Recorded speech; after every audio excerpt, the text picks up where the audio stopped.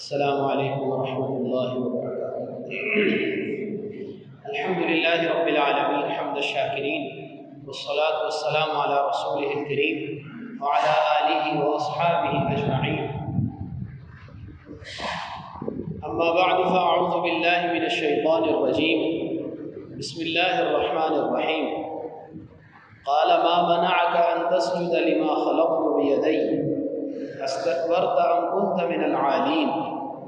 قال انا خير منه خلقتني من نار وخلقته من طين۔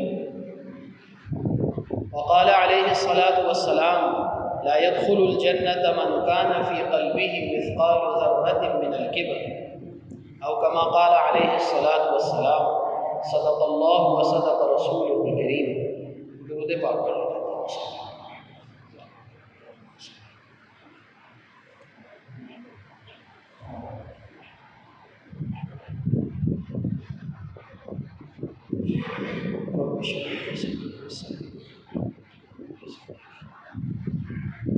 خواتین و حضرات، نمازی بھائیوں بہنوں، وہ اعمال، برے اعمال جو انسان کے قلب پر اثر ڈالتے ہیں، انسان کے دل پہ اثر ڈالتے ہیں، اور پھر وہ اثر انسان کے اعضاء و جوارح میں آتا ہے، اس کی زبان پہ آتا ہے، اس کی چال میں آتا ہے، اور اس کے دیگر اعمال میں آتا ہے۔ ان برے اعمال میں سے جن کو ہمارے یہاں دل کی بیماریاں کہا جاتا ہے، ان میں سے ایک بیماری، بلکہ شاید سب سے بڑی بیماری، وہ کبر کی ہے، تکبر کی ہے، عجب کی ہے، اپنے آپ کو بڑا سمجھنے کی ہے۔ بلکہ علماء نے لکھا ہے کہ سب سے پہلا گناہ جو اس کائنات میں صادر ہوا وہ تکبر ہی تھا۔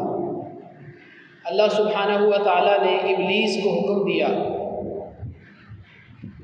کہ آدم کو سجدہ کرو، اور اس نے سجدے سے انکار کیا، اور یہ جو سجدے سے اس نے انکار کیا تو اس کی وجہ بھی اللہ سبحانہ و تعالیٰ نے خود ہی اس سے پوچھی، ما منعک ان تسجد لما خلقت بیدی، جس کو میں نے اپنے ہاتھ سے پیدا کیا ہے، اور ظاہری بات ہے کہ تم میری ہی عبادت کرتے ہو، تو جب تم میری عبادت کرتے ہو تو میرے ہاتھ کی تخلیق کو سجدہ کرنے سے کس چیز نے روکا ہے تمہیں؟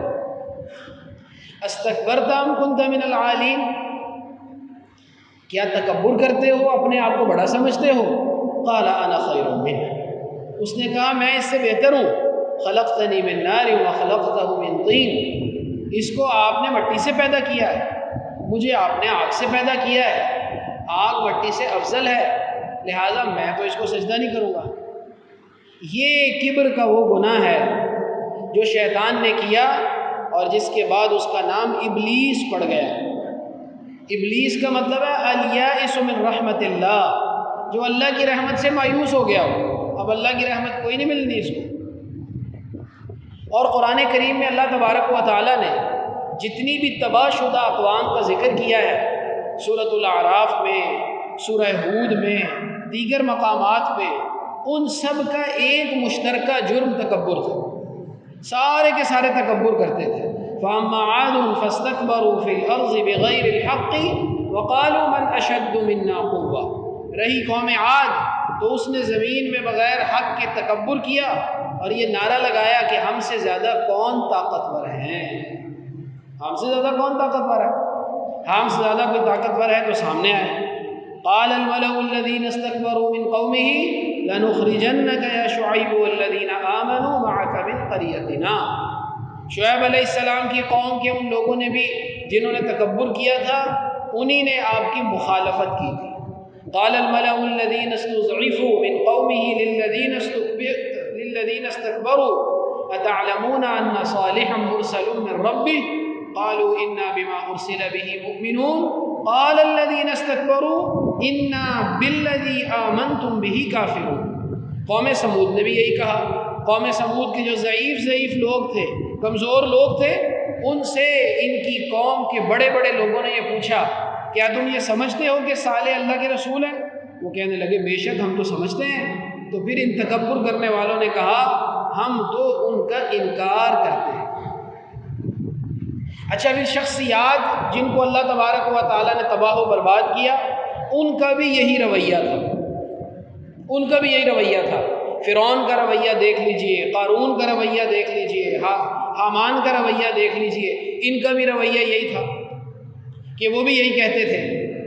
وقال فرعون ذرونی اقتل موسیٰ ولیدع ربہ انی اخاف ان یبدل دینکم او ان یظہر فی الارض الفساد۔ اور فرعون تو اتنا آگے بڑھا کہ تان کر کے کہنے لگا کہ تم ذرا ایک سیڑھی تو لگاؤ، میں سیڑھی لگا کے ذرا جھانک کے دیکھوں کہاں ہے موسیٰ کا رب۔ کتنا تکبر ہے اس جملے کے اندر، کتنی بڑائی ہے اس جملے کے اندر، اور کتنا طنز اور تشنیع ہے اس جملے کے اندر۔ اور یہی والی بات جو ہے یہ قارون نے کہی تھی، ان قارون کان من قوم موسیٰ فبغى علیہم وآتیناہ من الکنوز ما ان مفاتحہ لتنوء بالعصبۃ اولي القوة اذ قال له قومه لا تفرح ان اللہ لا يحب الفرحین۔ کہ قارون موسیٰ علیہ السلام کی قوم میں سے ایک شخص تھا، اور اس نے بغاوت کی، اس نے سرکشی کی، اور ہم نے اس کو اتنے خزانے دیے تھے کہ اس کے خزانوں کی چابیاں ایک طاقتور مردوں کی جماعت اٹھاتی تھی۔ جس کے خزانوں کی چابیاں اٹھانے کے لیے ایک طاقتور جماعت موجود ہو، اس کے خزانے کیسے ہوں گے؟ تو اس کو بھی یہ کہا گیا، اس کی قوم نے کہا لا تفرح، یہ اتنا زیادہ اترایا نہ کرو کہ میرے پاس مال ہے، ان اللہ لا يحب الفرحین، اللہ تبارک و تعالیٰ اترانے والوں کو پسند نہیں کرتے۔ تو وہ کہنے لگا کون سا اللہ نے دیا ہے، یہ تو میں نے خود کمایا، انما اوتیتہ علی علم عندی، میرا علم ہے، میری اسکل ہے، میری مہارت ہے، یہ میری مہارت کا نتیجہ ہے، معاذ اللہ اللہ نے کوئی نہیں دیا۔ پھر اللہ سبحانہ و تعالیٰ نے زمین میں اس کو دھسا دیا، اور پھر فرمایا تلک الدار الآخرۃ نجعلها للذین لا یریدون علوا فی الارض ولا فسادا والعاقبۃ للمتقین۔ یہ جو قارون کا قصہ ہے اس کے اختتام پہ یہ آیات ہے سورۃ القصص کی۔ یہ آخرت کا گھر ہے جس کو ہم نے بنایا ہے ان لوگوں کے لیے جو زمین میں کبھی بھی تکبر نہیں کرتے۔ اب تکبر کی ایک قسم تو علماء نے وہ بتائی ہے جس کی وجہ سے انسان ہمیشہ ہمیشہ کے لیے جہنم کا ایندھن بنے گا۔ یہ وہ والا تکبر ہے جو انسان کو ایمان لانے سے محروم رکھتا ہے۔ انسان اس کی وجہ سے ایمان ہی نہیں لا سکتا۔ قریش مکہ کو تکبر ہی تو تھا، اور کیا تھا؟ تو کچھ بھی نہیں تھا۔ لیکن ایک تکبر وہ ہے جو اسلام لانے کے بعد بھی انسان میں دل کی ایک بیماری کے طور پہ باقی رہتا ہے، اور اصل بتانا یہ مقصود ہے اور سمجھانا یہ مقصود ہے اپنے آپ کو بھی اور آپ کو بھی کہ یہ والا جو تکبر ہے جو ایمان لانے کے بعد ہم میں پیدا ہو جاتا ہے، اس کو ختم کرنا ضروری ہے۔ اور جتنے اللہ والے گزرے ہیں وہ ہر وقت ہر دم اپنے نفس کے اوپر نگاہ رکھتے تھے کہ کہیں میرے اندر کبر تو نہیں پیدا ہو گیا، کہیں میں اپنے آپ کو بڑا تو نہیں سمجھ رہا۔ ظاہری بات ہے کہ جب کوئی انسان کسی علمی مقام پہ ہوتا ہے یا مالی طور پر مستحکم ہوتا ہے یا لوگوں میں اس کی بات سنی جاتی ہے یا اس کی ایک فیم اور شہرت ہوتی ہے، تو اس کی وجہ سے انسان کے اندر کچھ نہ کچھ بڑائی تو آ جاتی ہے۔ اس بڑائی کو ختم کرنا اور اپنے آپ کو کم ترین سمجھنا یہ ضروری ہے ہر انسان کے لیے۔ چنانچہ سرکار دو عالم صلی اللہ علیہ وسلم نے ارشاد فرمایا لا يدخل الجنت، جنت میں وہ شخص داخل نہیں ہوگا من کان فی قلبہ مثقال ذرۃ من الکبر، جس کے دل میں ذرہ کے برابر بھی کبر موجود ہے، وہ جنت میں داخل نہیں ہوگا۔ علماء نے اس حدیث کے دو مطلب بتایا۔ ایک مطلب یہ بتایا کہ اس شخص کو اس وقت تک جنت نصیب نہیں ہوگی جب تک یہ اپنے اس تکبر کی سزا نہیں بھگت لے گا۔ سزا بھگتے گا پھر جنت میں جائے گا، ورنہ جنت میں نہیں جا سکتا۔ جنت کا دروازہ اس کے لیے بند ہے۔ جو لوگ پہلے پہلے جنت میں چلے جائیں گے، بغیر کسی پٹائی اور عذاب کے جنت میں چلے جائیں گے، جہنم سے ان کو چکر لگوائے بغیر سیدھا جنت میں بغیر حساب کے داخل کر دیا جائے گا۔ ان میں سے کوئی ایک شخص بھی ایسا نہیں ہوگا جس میں کبر کا مرض ہو۔ لا يدخل الجنة من كان في قلبه مثقال ذرة من الكبر۔ جب یہ حدیث سرکار نے بیان فرمائی تو صحابہ کرام رضوان اللہ علیہ مجمعین نے پوچھا، اللہ کے رسول صلی اللہ علیہ وسلم، کوئی شخص یہ چاہتا ہے کہ اس کا لباس اچھا ہو، وہ چاہتا ہے کہ جو وہ جوتا پہنے وہ جوتا اچھا ہو، تو کیا یہ بھی تکبر میں آئے گا؟ تو آپ نے فرمایا نہیں، یہ تکبر نہیں ہے۔ تکبر یہ ہے کہ انسان حق کو جھٹلا دے اور انسان لوگوں کو کمتر سمجھنا شروع کرے۔ اب جیسا کوئی گناہ ہوتا ہے اس کی سزا بھی ویسی ہوتی ہے۔ اب تکبر کرنے والا اپنے آپ کو بڑا سمجھتا ہے، دوسروں سے اپنے آپ کو بڑا سمجھتا ہے۔ تو ترمذی شریف کی حدیث ہے، سرکار دو عالم صلی اللہ علیہ وسلم نے ارشاد فرمایا کہ جتنے بھی تکبر کرنے والے ہیں اللہ تبارک و تعالیٰ ان کو انسان ہی رکھیں گے، لیکن قیامت کے دن اتنا چھوٹا کر دیں گے جتنی چونٹی ہوتی ہے۔ چونٹی جتنا چھوٹی ہے، دنیا میں اپنے آپ کو بڑا سمجھتے تھے، اب آخرت میں ان کو سزا یہ ملی کہ چونٹی کی طرح ان کو چھوٹا کر دیا جائے گا اور جہنم کے اس طبقے میں ڈالا جائے گا جس کا نام بولس ہے۔ حدیث پاک میں الفاظ آتے ہیں بولس، یہ بھی وہی ابلیس، جو ابلیس لفظ کا مطلب ہے وہی بولس کا، یعنی ایسی جگہ جہاں پہ ان لوگوں کو رکھا جائے گا اب جو اللہ کی رحمت سے مایوس ہیں۔ اور سرکار نے ارشاد فرمایا کہ ان کو پینے کے لیے جہنمیوں کی جسموں کے سے نکلنے والی پیپ دی جائے گی، طینۃ الخبال، جہنمیوں کے جسم سے نکلنے والی پیپ ان کو دی جائے گی۔ کس وجہ سے؟ کہ یہ تکبر کرتے تھے، اپنے آپ کو بڑا سمجھتے تھے۔ اب میں عرض کرتا ہوں آگے مظاہر کون کون سے ہیں کہ جو ہمارے ہاں بھی پائے جاتے ہیں، ہم دائیں بائیں دیکھتے ہیں بہت سارے مظاہر ہیں جو ہمیں تکبر کے نظر آتے ہیں۔ کوئی شخص یہ سمجھتا نہیں ہے کہ میرے میں تکبر ہے، لیکن وہ سارے کے سارے آثار تکبر کے ہوتے ہیں۔ پہلے دو واقعات سنیے۔ حضرت عمر بن عبدالعزیز رحمۃ اللہ علیہ کے ہاں ایک شخص مہمان ہوا، تو وہ بیٹھے ہوئے تھے، عمر بن عبدالعزیز رحمۃ اللہ علیہ لکھ رہے تھے، تو اتنی دیر میں چراغ بجھ گیا۔ تو وہ مہمان نے کہا کہ میں چراغ درست کر دوں، دوبارہ اس کو جلا دوں؟ آپ نے فرمایا کہ جو کریم اور عزت والا آدمی ہوتا ہے وہ مہمان سے کام نہیں لیتا۔ اس نے کہا پھر خادم کو جگا دوں؟ آپ نے فرمایا ہی اول نومۃ نامہا، ابھی ابھی تو سویا بیچارہ، اس کو کیوں جگاتے ہو؟ آپ اٹھے، ایک کنستر میں سے تیل نکالا، وہ چراغ کے اندر ڈالا، پھر اس کو جلا دیا اور آ کے بیٹھ گئے۔ تو وہ جو مہمان تھا وہ کہنے لگا آپ امیر المومنین ہیں اور اتنا ہلکا سا کام کرتے ہیں۔ آپ نے فرمایا جب گیا تھا اس وقت بھی عمر ہی تھا، جب واپس آ کے بیٹھا ہوں تو اس وقت بھی عمر ہی ہوں، تو میرے میں کیا فرق پڑ گیا؟ مجھے کیا ہے؟ جب گیا تھا اس وقت بھی عمر ہی تھا، جب آیا ہوں اس وقت بھی عمر ہی تھا۔ پھر آپ نے فرمایا اللہ کو وہ لوگ بہت پسند ہیں جو اللہ کے لیے تواضع اختیار کرتے ہیں، امیر المومنین ہیں، بادشاہ ہیں، خادم موجود ہے، خادم کو تکلیف نہیں دے رہے، مہمان موجود ہے، مہمان کو تکلیف نہیں دے رہے، یہ کون سا کوئی کام ہے ایسا کرنے والا؟ دوسرا واقعہ، حضرت عمر رضی اللہ تعالیٰ امیر المومنین ہے، ایک شخص نے دیکھا کہ مدینہ منورہ سے باہر گئے تھے، واپس آ رہے ہیں اور خچر پر سوار ہے۔ اب امیر المومنین تو خچر پہ سوار نہیں ہوتے، خچر کے اوپر سوار تو عام لوگ ہوتے ہیں، امیر المومنین سوار ہوں گے تو گھوڑے پہ سوار ہوں گے، یا امیر المومنین سوار ہوں گے تو اونٹ کے اوپر سوار ہوں گے۔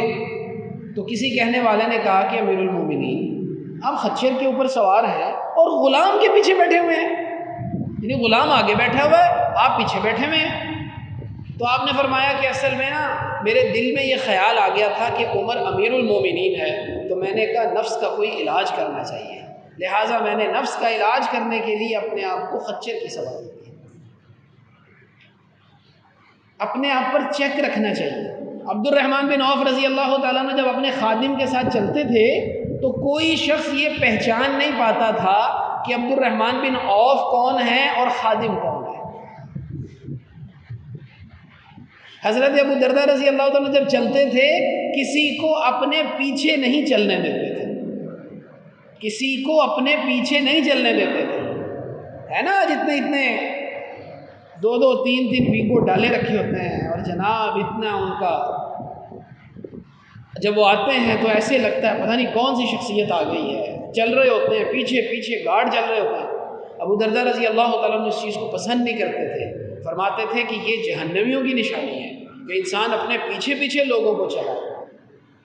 حضرت علی رضی اللہ تعالیٰ عنہ فرماتے ہیں کہ جو شخص یہ پسند کرتا ہے کہ وہ بیٹھا ہوا ہو اور سارے اس کے سامنے کھڑے ہوئے، تو فرمایا یہ شخص جہنمیوں والے اعمال کرتا ہے، جو لوگوں کو کھڑا رکھتا ہے اور اپنے آپ کو بٹھاتا ہے۔ سرکار دو عالم صلی اللہ علیہ وآلہ وسلم خاتم النبیین ہیں، سید المرسلین ہیں، رحمت للعالمین ہیں، افضل الانبیاء والرسل ہیں، لیکن آپ کی محفل میں آنے والا نووارد آ کے یہ پوچھتا تھا ایکم محمد، تم میں سے محمد کون ہے یہ تو بتا دو۔ یعنی آپ علیہ السلام کی سٹنگ، آپ علیہ السلام جہاں بیٹھتے تھے وہ جگہ دوسروں سے ممتاز نہیں ہوتی تھی۔ جب کھانا کھاتے تھے تو کھانا کھاتے وقت تکیے کے ساتھ ٹیک نہیں لگاتے تھے، کھانا کھاتے ہوئے اس طرح سے بیٹھتے تھے جس طرح متواضع ہو کے انسان بیٹھتا ہے، اور فرماتے تھے آکل کما یاکل العبد الضعیف، میں تو اس طرح کھانا کھاتا ہوں جس طرح کوئی عبد ضعیف اللہ کا کمزور بندہ کھانا کھاتا ہے، میں تو اس طرح کھانا کھاتا ہوں۔ سرکار نے ارشاد فرمایا من تواضع للہ رفعہ اللہ، جو اپنے آپ کو متواضع کر لیتا ہے اللہ اس کو بلند کر دیتا ہے۔ اس لیے سرکار کی دعا ہے، معصور دعاؤں میں اللہم اجعلنی فی عینی صغیرہ، اے اللہ مجھے اپنی آنکھوں میں چھوٹا ہی رکھنا، وجعلنی فی اعین الناس کبیرہ، ہاں لوگوں کی نظر میں تو مجھے عزت والا رکھنا، لیکن میں اپنے آپ کو ہمیشہ چھوٹا ہی سمجھوں، میں ایسا نہ سمجھوں کہ میں بہت بڑا ہو گیا، میرے پاس علم زیادہ ہے، میرے پاس مال زیادہ ہے۔ اب ذرا دیکھیے کہ تکبر کے کون سے مظاہر ہیں جو ہمارے ہاں بھی معاشرے کے اندر پائے جاتے ہیں اور ہم دیکھتے ہیں، ہم اس کا شکار ہو جاتے ہیں۔ اسی لیے میں نے عرض کیا کہ اپنا خیال رکھنا ضروری ہے۔ جو انسان یہ چاہتا ہے کہ وہ کبھی گھر کا کوئی کام نہ کرے اور گھر کے سارے کام خادم ہی کرتے رہیں، یہ کبر کی علامت ہے۔ جو شخص سونا پہنتا ہے یہ کبر کی علامت ہے۔ جو مرد ریشم پہنتا ہے خالص یہ کبر کی علامت ہے۔ جو شخص لوگوں کو کم تر سمجھتا ہے، ان کے آنے کے اوپر منہ بناتا ہے اور اکڑ کے زمین کے اوپر چلتا ہے، اپنی گردن میں اکڑ رکھتا ہے، اپنے رخساروں کو پھلا کے رکھتا ہے، یہ ساری کی ساری کبر کی علامات ہے۔ جو شخص بار بار لوگوں کو جاہل کہتا ہے، ان کو تو پتہ ہی کچھ نہیں ہے، یہ اپنے علم پر کبر کرنے والا ہے۔ جو شخص دوسروں کو حقیر سمجھتا ہے، اپنے عمل کو اچھا سمجھتا ہے، یہ کبر کرنے والا ہے۔ عبداللہ ابن مبارک رحمۃ اللہ علیہ سے کسی نے پوچھا تھا ریاکار کون سے ہیں؟